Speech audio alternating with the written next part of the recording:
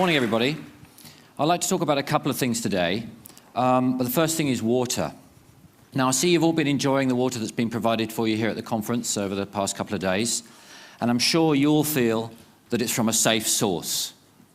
But what if it wasn't? What if it was from a source like this? Then statistics would actually say that half of you would now be suffering with diarrhea. I've talked a lot in the past about statistics and the provision of safe drinking water for all, but they just don't seem to get through. And I think I've worked out why. It's because using current thinking, the scale of the problem just seems too huge to contemplate solving. So we just switch off, us, governments, and aid agencies. Well, today, I'd like to show you that through thinking differently, the problem has been solved. And by the way, since I've been speaking, another 13,000 people around the world are suffering now with diarrhea, and 4 children have just died. I invented Lifesaver Bottle because I got angry. I, like most of you, was sitting down the day after Christmas in 2004 when I was watching the devastating news of the Asian tsunami as it rolled in, playing out on TV. The days and weeks that followed, people fleeing to the hills, being forced to drink contaminated water or face death. That really stuck with me. Then, a few months later, Hurricane Katrina slammed into the side of America. Okay, I thought, here's a first world country, let's see what they can do. Day 1, nothing. Day 2, nothing. Do you know it took 5 days to get water to the Superdome? People were shooting each other on the streets for TV sets and water. That's when I decided I had to do something. Now, I spent a lot of time in my garage over the next weeks and months, and also in my kitchen, much to the dismay of my wife. However, after a few failed prototypes, I finally came up with this, the Lifesaver Bottle. Okay, now for the science bit. Before Lifesaver, the best hand filters were only capable of filtering down to about 200 nanometers. The smallest bacteria is about 200 nanometers. So a 200 nanometer bacteria is going to get through a 200 nanometer hole. The smallest virus, on the other hand, is about 25 nanometers. So that's definitely going to get through those 200 nanometer holes. Lifesaver pores are 15 nanometers. So nothing's getting through. Okay, I'm going to give you a bit of a demonstration. Would you like to see that? I spent all the time setting this up, so I guess I should. We're in the fine city of Oxford. So, someone's done that up. Fine city of Oxford. So what I've done is I've gone and got some water from the River Cherwell and the River Thames that flow through here, and this is the water. But I got to thinking, you know, if we were in the middle of a flood zone in Bangladesh, the water wouldn't look like this. So I've gone and got some stuff to add into it. And this is from my pond. Have a smell of that, Mr. Cameraman. Okay. Right, we're just going to pour that in there. Okay, we've got some runoff from a sewage plant farm. So I'm just going to put that in there.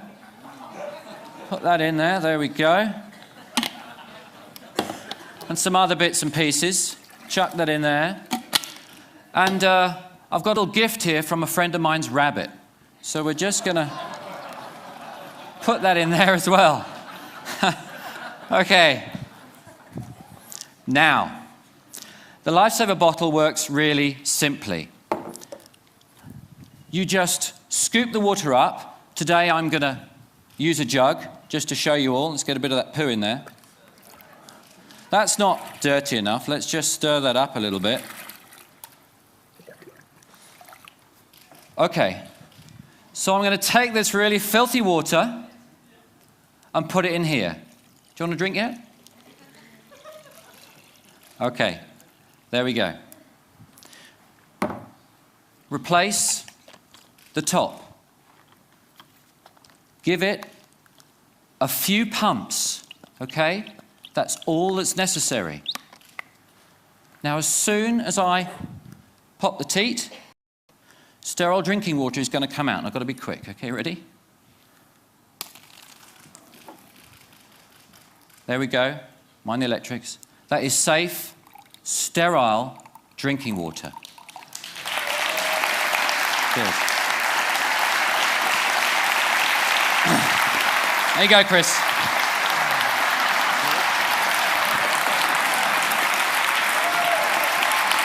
What's it taste of? Delicious. Okay. Let's see Chris's program throughout the rest of the show, okay? Okay. Lifesaver bottle is used by thousands of people around the world. It'll last for 6,000 litres, and when it's expired using fail-safe technology, the system will shut off, protecting the user. Pop the cartridge out, pop a new one in, it's good for another 6,000 litres.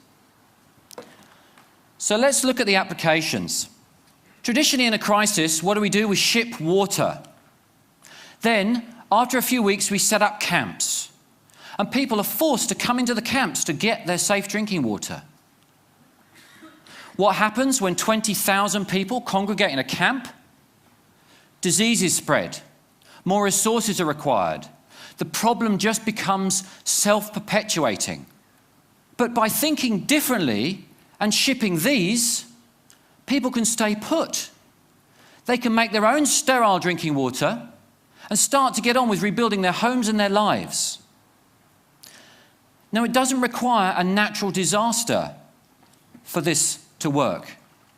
Using the old thinking of national infrastructure and pipework is too expensive. When you run the numbers on the calculator, you run out of noughts. So here's the thinking different bit.